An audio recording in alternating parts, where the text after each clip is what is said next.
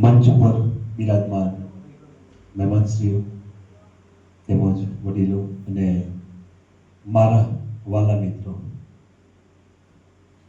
મને આ કાર્યક્રમમાં ખૂબ જ આનંદ આવ્યો છે. પણ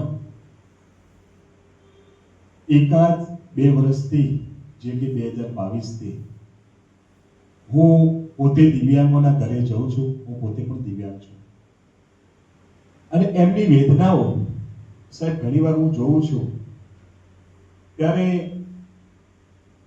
ઘણા લોકોની એવી પરિસ્થિતિ છે, વિશેષ બહેનો અને મિત્રો કે જે એમના બાળકોને ભણાવી નથી શકતા, એવી પણ ઉંમરના વ્યક્તિઓ છે. અને એ કંઈક કહેતા હોય છે કે સાહેબ અમારા માટે કંઈક યોજના લાવો, અમારી માટે કંઈક યોજના લાવો. પણ હું એ બાબતે ઘણીવાર એ લોકોનું સાંભળું છું સાહેબ, તો મને ખરેખર અંદરથી એટલું દુઃખ થાય છે. હું શું કરી શકું? હું તો અંબાણી નથી, હું કોઈ અદાણી નથી, નહીં તો હું તમારા માટે કંઈક વ્યવસ્થા કરી શકું. પણ એટલી સુધી તો હું પહોંચી નથી શક્યો. પણ પ્રયત્ન કરું છું કે તમારા માટે કોઈ પેકિંગનું કામ મળે, અથવા કોઈ પડિયા બનાવવાનું હોય, અથવા તો કોઈ અત્યારે આ ડિસ્પોઝેબલ ગ્લાસ છે, ડિજિટલ પાઉંભાજીની ડીશો છે, તો એવું તમને કંઈક બેઠા બેઠા તમને રોજગાર મળે. તો એ લોકો એવું કહે છે કે સર અમને કોઈ એવું બેઠક કામ મળે. ઘણા અમારા બ્લાઇન્ડ વિદ્યાર્થીઓ છે, મારા મિત્રો છે, મારા મિત્રો વર્તુળમાં. તો આજથી એવા સર મેં મારી આજુબાજુ સિદ્ધપુર તાલુકાના દિવ્યાંગો હોય, પાટણ જિલ્લાના એવા લગભગ અંદાજે આશરે હું કહી શકું તો 1100 દિવ્યાંગો એવા છે સર અત્યારે બેરોજગારી છે. અને જે શિક્ષિત છે એ તો નાનો મોટો કોઈ માઇન્ડથી ધંધો કરી શકે છે. માનો કે કોઈ સારું ભણેલ છે, ગ્રેજ્યુએશન છે, અથવા તો સંગીત વિશારદ છે, તો એ તો યાચનાબેનને પણ ખબર છે કે એના માટે પણ અમે 2022થી અત્યાર સુધી બેડું ઉપાડેલું છે. પણ એમાં લગભગ 15 થી 16 જણાને સફળતા મળી છે. બરાબર છે બેન? એટલાને મળી છે ને સફળતા.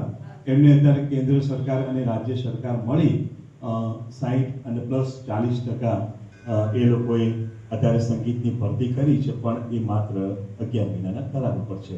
એટલે અત્યારે આ બધો કરારનો બહુ યોગ ચાલી રહ્યો છે આ સમયની અંદર. તો અત્યારે એમાં તો અમે દોડ્યા, એકાદ વર્ષ મહેનત કરી, એમાં થોડી સફળતા મળી છે. પણ એવી અમે પ્રાર્થના કરીએ માતાજીને અને આપને સૌને કે એમાં પણ અમને કાયમી પગલાં યોગ્ય દિશા મળે. હવે એની માટે વિશેષ મને ઘણીવાર આ દિવ્યાંગોનું સાંભળું છું, સર મારું 500 ગ્રામ વજન ઓછું થઈ જાય છે. કારણ કે ઘણીવાર મને આમ પેલું એ થઈ જતું કે આ ખરેખર ટોટલી બ્લાઇન્ડ હશે. એ માનો કે આજે ફૂલચંદભાઈની હું વાત કરું, મારા પરમ મિત્ર છે ફૂલચંદભાઈ, પ્રજાપતિ નરેશકુમાર ઓખાજી સિદ્ધપુર.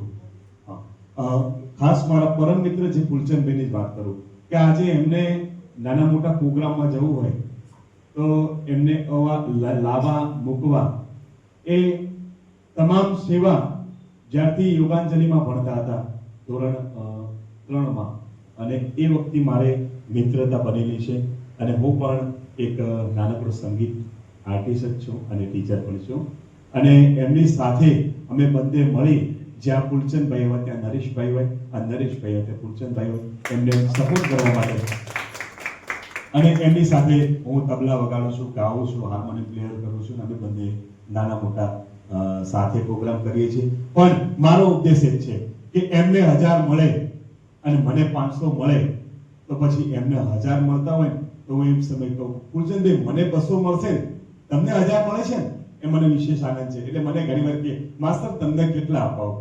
ભાઈ મારે નથી જોતું, તમને મળે છે, તમારી પાછળ હું ચાલુ છું, એ મારા માટે વિશેષ આનંદ છે. હવે ઘણીવાર નાનો મોટો પ્રોગ્રામ આવે એટલે હું પણ કહી દઉં સંબંધમાં કે ભાઈ મારે ફૂલચંદભાઈ છે ને બહુ જરૂરી છે, એમને 1000 આપો. તો કે સાહેબ તમને મને નહીં આપો ચાલશે, પણ એમનું કામ ચાલે છે ને. પણ તોય ભગવાન કોઈનું અટકતું નથી. એમને 1000 મળે તો મને કોઈ ખુશ થઈ 500 તો આપે ને આપે. કારણ કે હવે સેવાનું કાર્ય સ્તર એ છે કે સેવા કરો છો તો હંમેશા તમને મેવા મળે છે. પણ વધુ તમે એની કારણ કે એક બજારની અંદર એક ટૂંકમાં મને યાદ આવે છે કે બજારમાં બધા ફળ મળે છે પણ સાહેબ એક ફળ નથી મળતું કયું ખબર છે આપણે? સેવા. એક જ ફળ આપણને એના માટે આપણે ખૂબ મહેનત કરવી પડતી હોય છે અને બસ હું આટલું કઈ મારી વાણી વિનવું છું અને સાહેબ કદાચ કોઈ મારાથી વધુ વિશેષ બોલાવ્યું તો મને આપનો દીકરો સમજી માફ કરવો નથી. આભાર.